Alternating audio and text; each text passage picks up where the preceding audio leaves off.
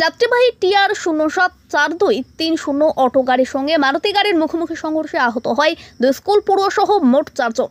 ঘটনাটি ঘটেছে রবিবার দিন বেলা 2:30টায় বিশ্রামগঞ্জ থানার অন্তর্গত দেওয়ানবাজার ডন বস্কো স্কুল সংলগ্ন এলাকায়।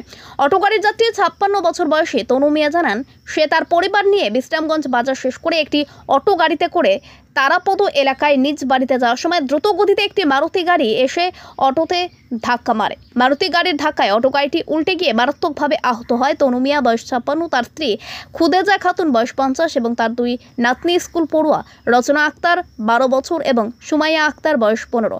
সঙ্গে সঙ্গে একটি প্রাইভেট গাড়িতে করে এলাকার লোকজন তাদেরকে বিশ্রামগঞ্জ হাসপাতালে পাঠিয়ে দেয়।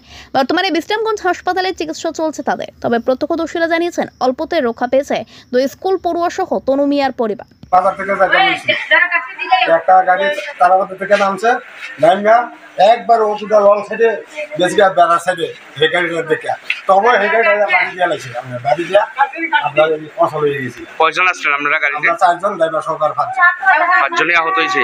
ড্রাইভারটা নষ্ট হয়েছে। আপনার বাড়ি কোন জায়গা? বাড়ি তারাপদ।